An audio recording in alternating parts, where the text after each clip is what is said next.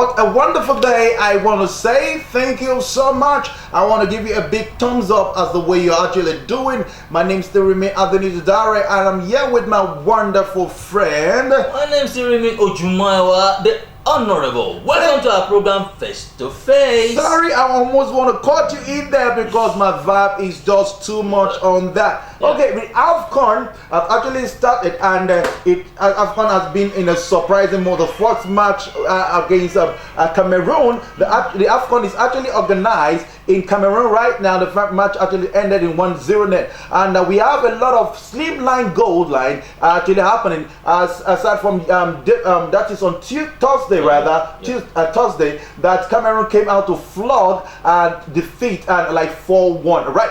And we are not here to talk about that. We are here to talk about the referee called Johnny the Zimbabwean, which actually blew before the final whistle around 85 minutes, and he blew the whistle, and a lot of feedback from that. Now, a lot of people say that he's in the hospital. No confirmation towards that. We're going to tell in our net broadcast, but we want to talk about everything that's actually happened. So later, he said that the VAR official told him to actually stop the match. The most painful part there is that the Malian player was actually heading towards the post to score the second goal before actually blew the whistle, and after which they actually contest that, and they had to start all over again until towards the 85 minutes. After that 85 minutes, a player was sent off the pitch, and actually went down the drain. A lot of drama there. Now, not to count that, let us quickly talk about this referee. Now, this referee is a 43-year-old badge referee from FIFA. Now, we are going to talk about the aspect of FIFA on this. We are going to talk about the side of the club side, the European club side, towards the CAF. Yeah. All right. Now, let us talk about the referee. What happened? What do you think has really happened to Johnny on this soccer match, Mali against Tunisia? Well, first, I'll say I have this. How can I put it? I was not even comfortable right from onset when referees start using these and their wireless. The VAR, you understand? Because I know there are a lot of work, there are a lot of gaming, there are a lot of backside things that will be coming up, whereby many officials, many people that have interest in some club side or maybe a country side, whereby they can be controlling the ref based on what the ref decide who wins and who loses. You understand? So it's more easier for any other outside officials to control the ref, and that's what we are seeing. Because actually we don't know what is going on at the back door, but I believe that someone said what we blow into the whistle is what the whistle will blow out. I believe someone whistle into the ref. Oh no, we can't let these people win. No.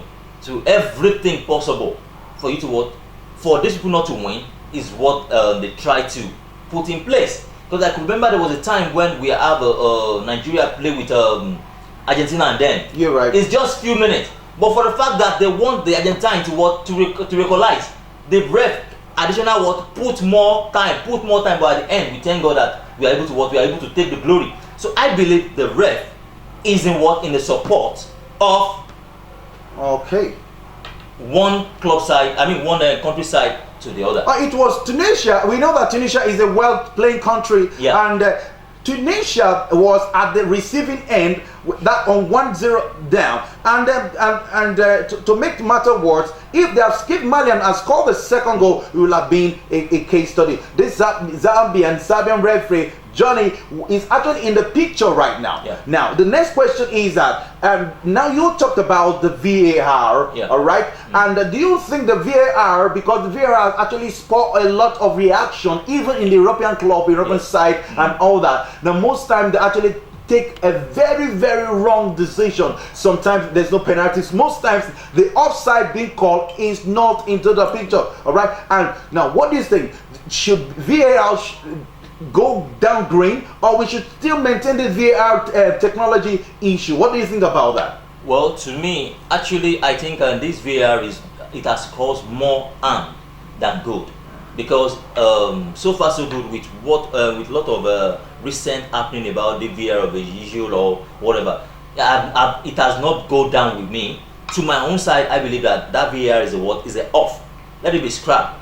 Okay, now you're talking about VAR. Let us move very, very fast because we don't have time. Let us talk about our own Super Eagle and the match against the Pharaoh of Egypt was a mind-blowing.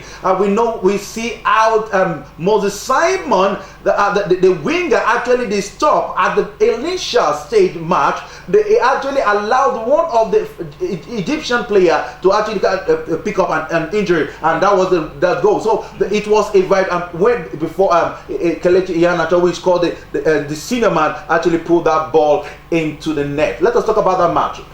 Rating from that match before the match. Who do you think will win, the Super Eagles or the Pharaoh of Egypt? Well, I expect more from our Nigerian players because our players we have a complete team. Egypt they didn't have more player like that, so I was expecting like 3-0 or okay fine 2-0 because the Nigerian players, all the wings are complete compared to the Egyptian. They didn't really have more top players like that, but well, the struggle to have 1-0. So I'm very disappointed in that match. Why are you disappointed? I expect more than one goal. Okay, now you're actually talking about we know the likes of Mohamed Salah in that match, and there's this player in that plays in it's not Newcastle right now. No, it's not Newcastle. All right, I'm going to talk about that player right away. Norwich, I think it's Norwich, and the likes of the players in the Egyptians, they are actually more than actually the Super Eagles. Never looking at going back to the drawing board, nobody believed that Super Eagles will actually win the match, and that's the truth. If at all the match will go, everybody thought that the match is going to be a draw match, and before, look at it, Salah was kept quiet in the first half. What do you think will happen in the next match? Let us talk about the Nigeria next match. The next match of Super Eagles is being played on Saturday, around that is around 17 GMT, all right, on Saturday. What do you see? Do you think that Nigeria can beat Sudan? Because Nigeria in a group now, Nigeria in number 1 on the top will go with 3 points, and Guinea-Bissau and Sudan played the last match 0-0, which ended in draw. They have one match 1 point each, and the likes of the Pharaoh of Egypt actually at the bottom with 0 point. What do you think? Because I know that Egypt will be playing Guinea-Bissau, and Super Eagles will be playing with Sudan. What is the tactical aspect? Do you think the Super Eagles should actually approach this match if they want to actually stay on top of this group? Actually, the same vibe they use in playing with the Egyptian, they should top up the vibe. They should not think that okay, they are able to beat Egypt, so they can easily beat Sudan. They should make sure they top up their vibe and make sure they do their training very well. And at the same time, I believe that their formation should be more defensive this time around. And I believe if they are able to play a team play, they're able to beat Sudan more than just 1 or 2 goals. Okay, as the oracle used to be, I want you to give me the prediction. What do you think the scoreline will be today?